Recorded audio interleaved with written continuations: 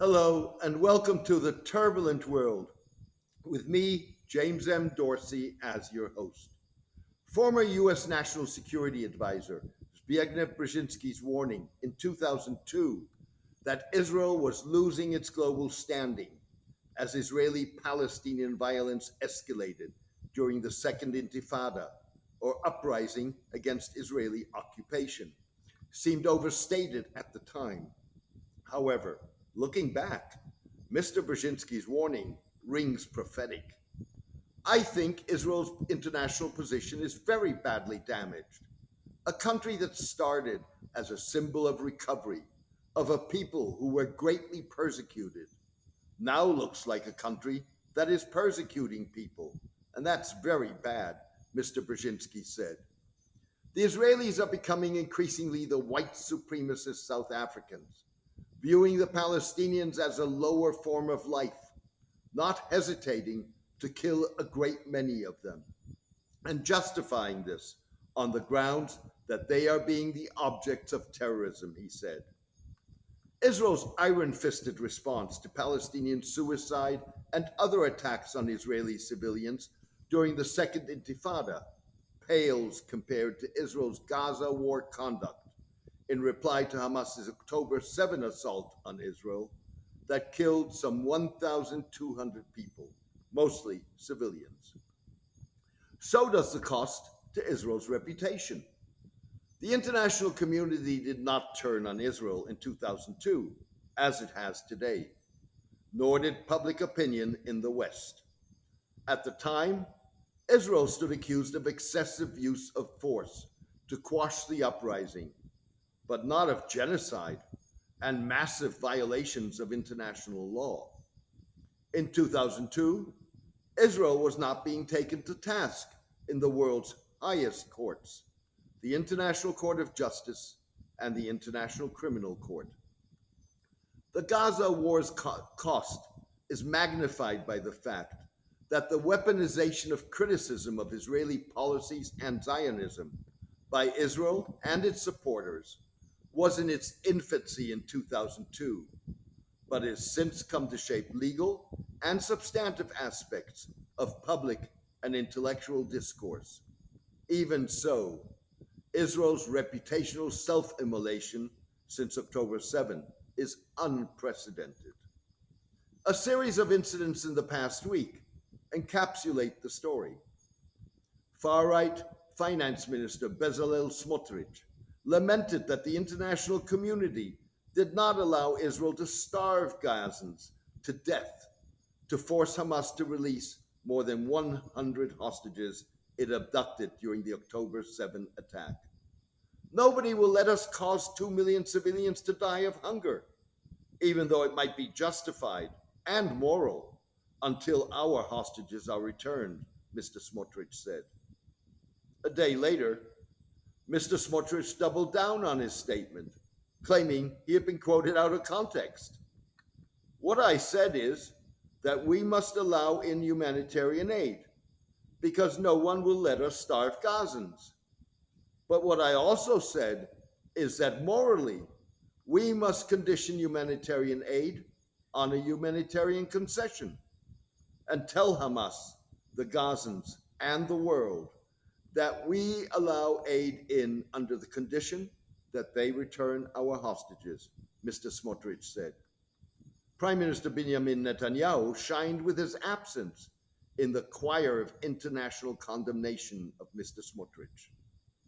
Days later, journalist Yehuda Schlesinger said on Channel 12, Israel's most popular Israeli television station, that these people in Gaza deserve death, a hard death, an agonizing death. There are no innocent people there in the Gaza Strip. They are now enjoying on the beach instead of starving, being jerked around, being severely tormented, and hiding from shelling. We should have seen a lot more revenge, a lot more rivers of Gazans' blood. This week, Channel 12 broadcast leaked footage of Israeli soldiers allegedly sexually assaulting a Palestinian detainee at the Shtei Teman detention facility. In response, far right Channel 14 hosted one of the soldiers wearing a baklava who criticized the broadcast of the footage, claiming it would intimidate the military's rank and file. Referring to the accusations of abuse, including rape, Mr. Schlesinger asserted with no pushback from the moderator or other members of the panel. The only problem is that it is not standard state policy to abuse these detainees because they generally deserve it. And this is great revenge. The journalist suggested the abuse could serve as a deterrent. Unlike Mr. Netanyahu, Mr. Schlesinger admitted a day later that his comments were a mistake and wrong. He added, one should not justify a criminal act, while calling for the death penalty for terror offenses. A public outcry persuaded Channel 12 to temporarily suspend Mr. Schlesinger as a commentator. The television station said the military would not allow Mr. Schlesinger to report for reserve duty. Imagine a primetime US morning show featuring a 5-minute discussion on Abu Ghraib with a guest expressing support for the torture of Iraqi prisoners. That would be unthinkable. Yet this is exactly what happened on Israel's television channel 12, noted Haaretz journalist Eitan Nechin. Mr. Nechin was referring to the abuse in 2004 of Iraqi detainees by American military and intelligence personnel in the Abu Ghraib prison west of Baghdad. Noting a 2016 Amnesty International study showing that 2/3 of Americans endorse torture to extract information from militants, Mr. Nechin said the difference with Israel was that in the United States, extremist supporters of torture, starvation, and ethnic cleansing aren't given a microphone on primetime TV to vocalize their criminal ideologies. The Israeli media landscape in Israel is full of extreme, violent voices, Mr. Nechin added. Speaking on Channel 14, Ephraim Dermi, a lawyer for one of the soldiers suspected of rape, asserted that the case involved a terrorist. Every day it is necessary to cut off a piece of his body while torturing him and not have pity on him, Mr. Dermi said. An Israeli parliament committee debated the legitimacy of raping Palestinian detainees. When a colleague asked whether inserting a stick into a person's rectum was legitimate, Likud deputy Hanoch Milvitsky replied, "Shut up, yes. If he is Nukhba, everything is legitimate, everything." Mr. Milvitsky was referring to Nukhba, an elite combat unit of Hamas. Mr. Smotrich's lament reflected the Israeli far right's assertion that Israel was failing to achieve its Gaza war goals because the United States and Europe had tied their hands. Despite the assassination last month in Tehran of Hamas political bureau chief Ismail Haniyeh and the unconfirmed killing of the group's military leader, Mohammed Deif, Israel has yet to destroy Hamas militarily and politically, free more than the 100 hostages held in the Strip, and ensure the territory no longer is a launching pad for Palestinian resistance to occupation. The parliamentary debate about the legitimacy of rape erupted after far-right protesters, including parliamentarians from Mr. Netanyahu's Likud party, supported by Mr. Smotrich, and National Security Minister Itamar Ben-Gvir, stormed 2 military bases to free 10 detained soldiers suspected of raping a Palestinian man at the Shtei Timan detention center. The military denied claims of rape and widespread abuse of detainees. Mr. Ben-Gvir described the suspects as our best heroes.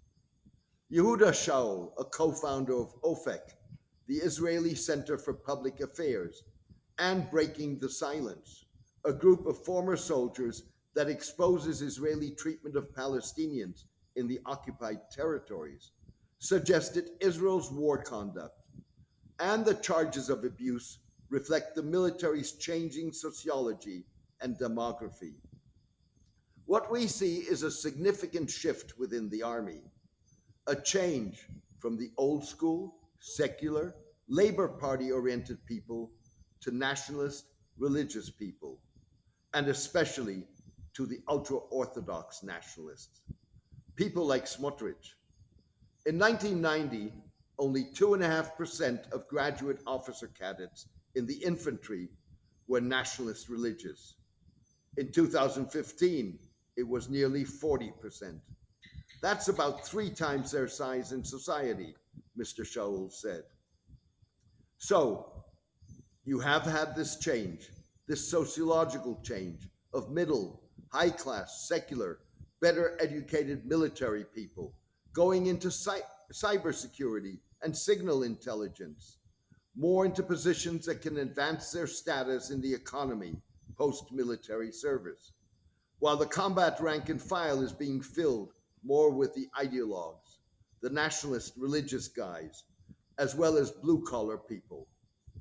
In the past decade, there has been a big fight in the IDF about who the real authority is. Is it the rabbi or the commander? Mr. Shaul, a West Bank religious seminary graduate who served as a commander in the occupied territory, added. The battle crystallized when Israeli conscript medic Elior Azaria executed in 2016 a wounded Palestinian lying on the ground after he had stabbed a soldier. A Palestinian activist filmed the incident. Mr. Azaria was indicted, but public outrage persuaded Mr. Netanyahu to express support for him in a phone call to his parents. Mr. Netanyahu's defense minister, Moshe Ya'alon, was forced to partly resign for supporting the indictment. Ultimately, Mr. Azaria was sentenced to 18 months in prison. The military reduced the sentence to 14 months and released him on parole after 9 months. That was the moment where the rank and file within the army, plus the political base of the Likud party and the Israeli right, essentially rebelled against the old guard, who wants to say that the Israel Defense Forces is a professional army with discipline, who want to tell a story to the world of adherence to international law, checking ourselves, investigation, accountability. Now it became, in our army, we have different ethics than you, and we have a different idea of rule of law than you have. And it's unacceptable that a soldier will be indicted for this, Mr. Shaul said. The storming of the bases, like the numerous social media visuals published by soldiers serving in Gaza that call for violence against Palestinians, celebrate the destruction of the Strip and the humiliation of Palestinians, highlight the divide between the military's rank and file, populated to a significant extent by religious nationalists and Likud supporters, and the military's top brass. It also spotlights a slackening of military discipline, particularly regarding the level of acceptable Palestinian civilian casualties and the treatment of detainees. In Mr. Shaul's mind, Mr. Smotrich speaks for the religious nationalists, while Mr. Ben-Gvir reflects working class sentiment within the military. The divide is accentuated by the Likud's evolution from the center to far right in recent years, much like Donald Trump's Republican Party in the United States, and the influence of graduates of militant religious seminars that prepare students for military service. The graduates are significantly represented in the officer corps, below the rank of brigade commanders. Mr. Nechin, the Haaretz journalist, warned, referring to the detention center alleged to be a torture hub, the controversy surrounding Shtei Teman only highlights Israel's moral deterioration since October 7. Netanyahu and his allies will go down in history as the ones who desecrated Israeli society to advance their nationalist, messianic agenda. Thank you for joining me today. I am grateful to those who have become paid subscribers. I need some more to enable me to continue cutting through the fog of kinetic and information wars and offer fact based analysis. No doubt, you will have noticed that the turbulent world has no sponsors and no advertisers. This guarantees the column and podcast independence. Instead, the turbulent world depends on the support of its readers and listeners to cover the cost of producing the column and podcast. You can contribute by clicking on Substack on the subscription button at jamesmdorsey.substack.com and choosing one of the subscription options. Thank you. Take care and best wishes.